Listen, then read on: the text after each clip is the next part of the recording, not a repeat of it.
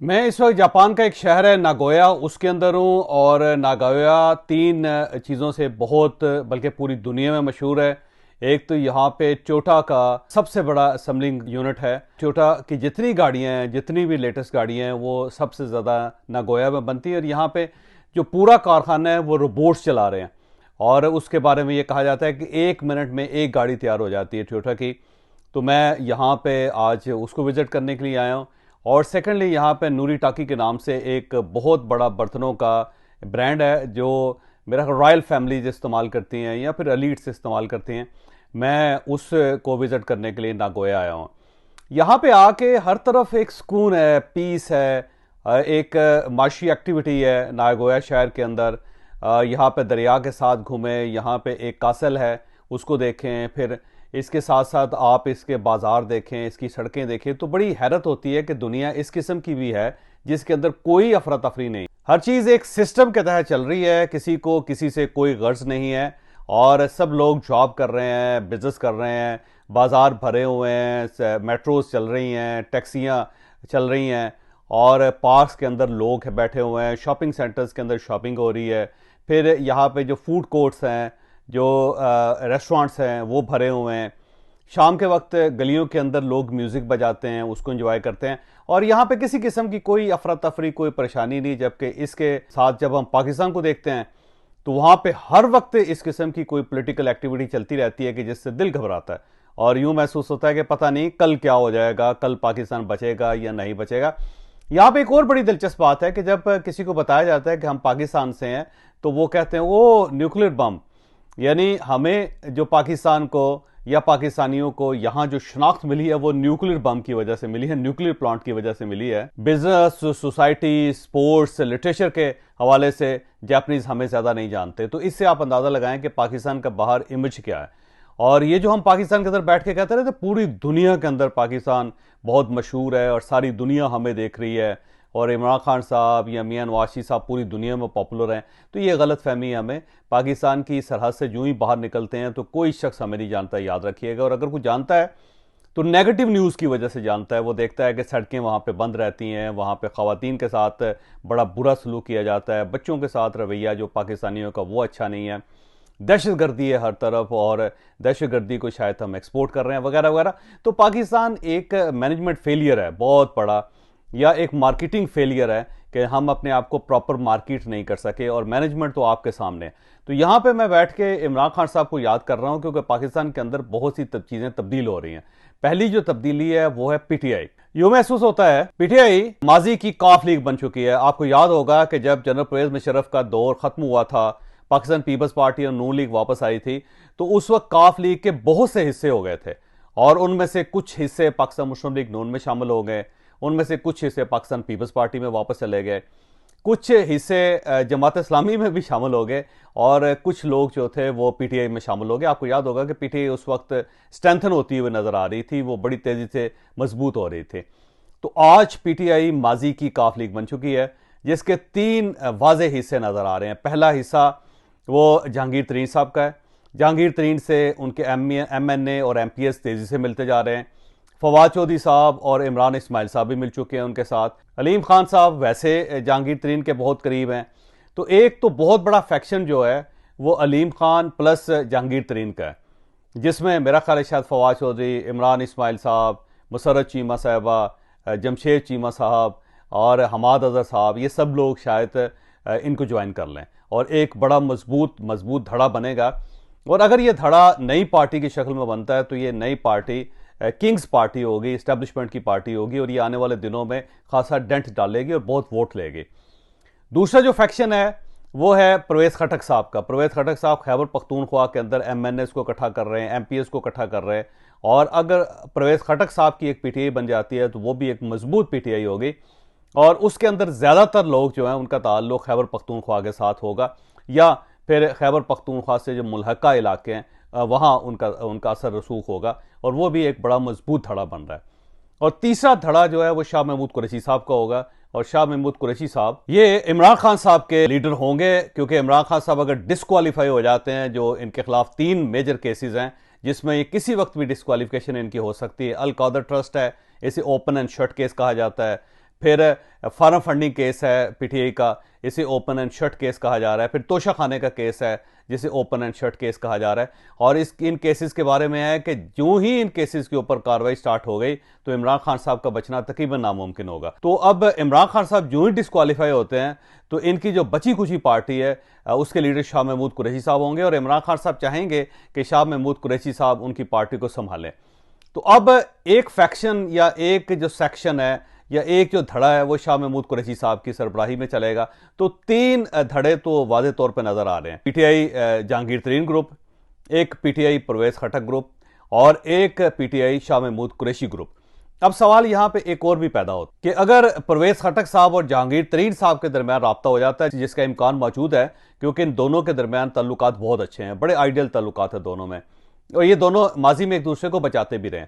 अब अगर परवेज खटक और साथ हलीम खान और साथ जहांगीर तरीन, ये तीनों अगर एक प्लेटफॉर्म पे इकट्ठे हो जाते हैं और एक नई पार्टी बना लेते हैं या फिर पीटीआई का कोई नजरियाती ग्रुप बना लेते हैं तो फिर इनके पास वोट बहुत ज़्यादा होंगे, फिर ये वोट बैंक इनका बड़ा तगड़ा हो जाएगा। और इमरान खान साहब की जो असल पीटीआई है जिसकी क़यादत शाह महमूद कुरैशी साहब करेंगे इमरान खान साहब की डिस्क्वालिफिकेशन के बाद, तो उसके पास ज़्यादा वोट नहीं होंगे। तो अब अगर 8 अक्टूबर को इलेक्शन हो जाते हैं, जो कि अब होते हुए नजर आ रहे हैं कि इलेक्शन टाइम पे होंगे, अब अगर इलेक्शन टाइम पे हो जाते हैं जहांगीर तरीन साहब को ज़ाहिर सुप्रीम कोर्ट ऑफ पाकिस्तान से सपोर्ट मिल जाएगी या नवाज शरीफ साहब को सपोर्ट मिल जाएगी, वो डेफिनेटली बहाल हो जाएंगे और उनकी क़यादत जो है वो भी बहाल हो जाएगी। और उसके बाद अगर वो इलेक्शन लड़ते हैं और साथ ही पाकिस्तान पीपल्स पार्टी इलेक्शन लड़ती है और फिर इमरान खान साहब की पार्टी के 3 हिस्से हैं वो इलेक्शन लड़ते हैं, तो फिर वो जो 2 तिहाई अक्सरियत जिसकी तवक्को इमरान खान साहब लेके बैठे हुए थे और जिसको बार बार कह रहे थे कि इलेक्शन करवाया जाए, वो 2 तिहाई अक्सरियत फिर कहाँ हो गए, इमरान खान साहब कहाँ स्टैंड करेंगे। तो मेरा ख्याल ये है कि आने वाले दिनों में इमरान खान साहब के लिए बहुत सियासी तौर पे बहुत टफ ज़िंदगी हो जाएगी और एक टफनेस सियासत में आएगी इमरान खान साहब के लिए, क्योंकि इनकी अपनी पार्टी 3 हिस्सों में तकसीम होकर इलेक्शन लड़ेगी और जाहिर है वो जो 2/3 मेजॉरिटी थी वो तो अब ख़त्म हो जाएगी।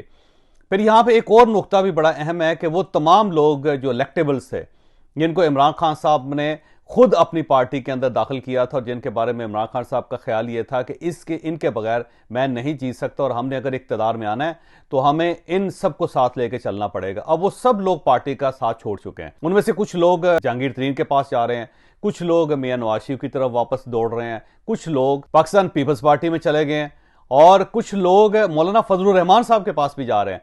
अब अगर वो सारे इलेक्टेबल्स जिनके धड़े बड़े तगड़े हैं और जिनके हल्के बड़े मजबूत हैं वो अगर निकल जाते हैं और वो सब मुख्तलिफ पार्टियों में चले जाते हैं, तो फिर ज़ाहिर इमरान खान साहब के 70-80 वोट्स 70-80 MNS या MPS कम हो जाएंगे, क्योंकि ये वो इलेक्टेबल्स हैं जिस पार्टी में भी जाएंगे ये अपनी सीट निकाल लेंगे।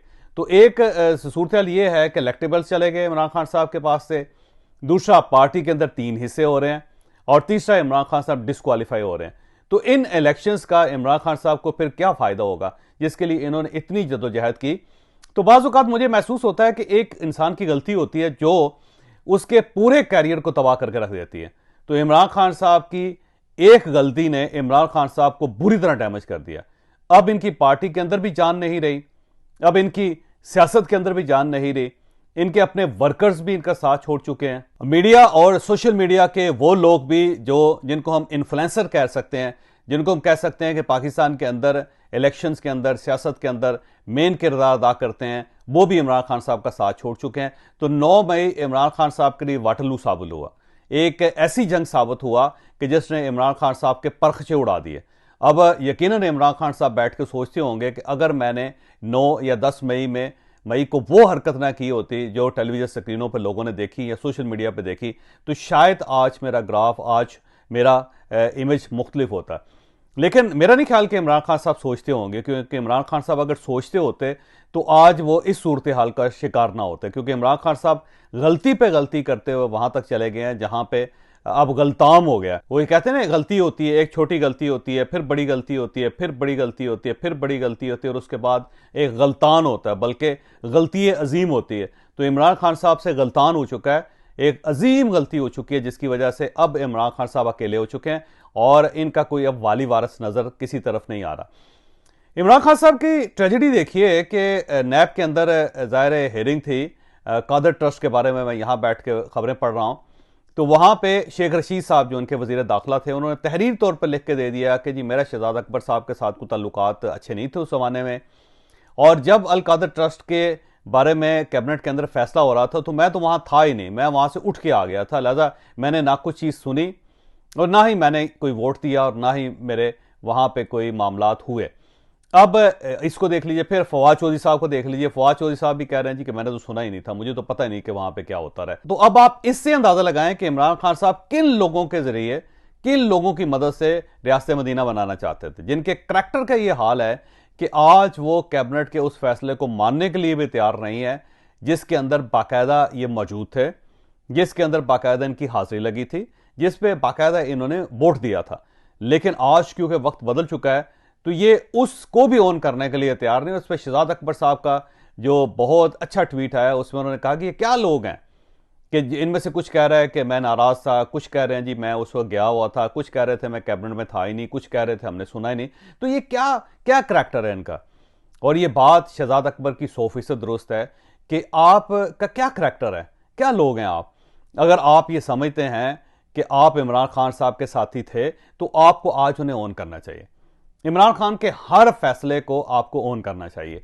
यह क्या बात हुई कि वक्त थोड़ा सा बदल गया, थोड़ी सी हवा चली और उसके बाद आप सब लोगों ने मुख्तलिफ रुख कर लिया, कोई इधर निकल गया, कोई उधर निकल गया, बिल्कुल कागज की तरह या खजा के पत्तों की तरह आप बिखर गए। तो ये करैक्टर नहीं होता, सियासत में करैक्टर होना चाहिए। ठीक है, आप इमरान खान साहब का साथ छोड़ दें, आपके ऊपर प्रेशर होगा जो अमूमन सियासतदानों पे होता है, ठीक है आप पार्टी छोड़ दें, लेकिन इसका मतलब ये नहीं है कि आप आज इमरान खान साहब के हर फैसले को डिसऑन कर दें या फिर उन लोगों के साथ मिल जाएं जिन्हें इमरान खान का मुखालिफ समझा जा रहा है इस वक्त। तो थोड़ा सा करैक्टर, थोड़ी सी डिसेंसी, थोड़ी सी शर्म तो होनी चाहिए थी। ये क्या पार्टी है जी कि जिसके अंदर कोई शख्स अपने मुकाम पे खड़ा नहीं होता, अपने पांव पे खड़ा नहीं होता। सिर्फ एक हफ्ते की जेल के बाद इन सब की जुबानें लटकी हुई हैं और गर्दनें झुकी हुई हैं और उसके बाद दाएं बाएं देख रहे हैं और फिर इमरान खान साहब के खिलाफ बयान दे रहे हैं अब, और उन लोगों के साथ मिल रहे हैं जिनके साथ ये 3-3.5 साल सलाम लेना भी मुनासिब नहीं समझते थे, बल्कि उनके सलाम का जवाब भी नहीं देते थे। तो ये क्या पार्टी है। तो मेरा ख्याल ये कि इमरान खान साहब गलत लोगों में बैठते रहे, गलत लोगों के साथ चलते रहे, और अल्टीमेटली जब आप गलत लोगों के साथ चलेंगे और जो करैक्टर के लिहाज से इतने कमजोर होंगे कि वो अपनी बात पे खड़े नहीं हो सकेंगे, अपने पांव पे खड़े नहीं हो सकेंगे, जो एक हफ्ते के बाद आपका साथ छोड़ देंगे और उसके बाद नए ठिकानों की तरफ उड़ जाएंगे। आप उनके साथ अगर आप चल रहे थे तो आपकी बेवकूफ़ी थी, आपकी हमाकत थी। ये लोग तो थे ही ऐसे। इनमें से आप किसी शख्स को देख लें, इनमें से किसी शख्स का कैरियर देख लें, यानी शेख रशीद का सिर्फ कैरियर देख लें, सिर्फ उनकी किताबें पढ़ लें, उनकी उठान देख लें, वो कहां कहां से होके कहां कहां पहुंचे उसको देख लें, तो फिर उसके बाद आपको मेरा नहीं ख्याल कि आप फिर उसके साथ चल सकते हैं या उसके ऊपर एतमाद कर सकते हैं। लेकिन आपने शेख रशीद पे भी एतमाद किया, शेख रशीद को आपने तकरीर करने का मौका भी दिया, शेख रशीद को आपने वज़ीर दाखिला भी बनाया और आपने उनको मशीर भी बनाया अपना। तो उससे अंदाज़ा लगाएं कि आपका फिर बनना क्या था, और आपका फिर वही बना जो इस सूरत हाल में बनना चाहिए था। तो मेरा ख्याल है इमरान खान साहब आज जब सोचते होंगे तो उसके बाद इन्हें अफसोस तो होता होगा, लेकिन अफसोस तो आने वाले दिनों में होगा। जो आगे चल रहा है, जो आगे होने वाला है, वो इससे भी ज़्यादा खतरनाक और खौफनाक है।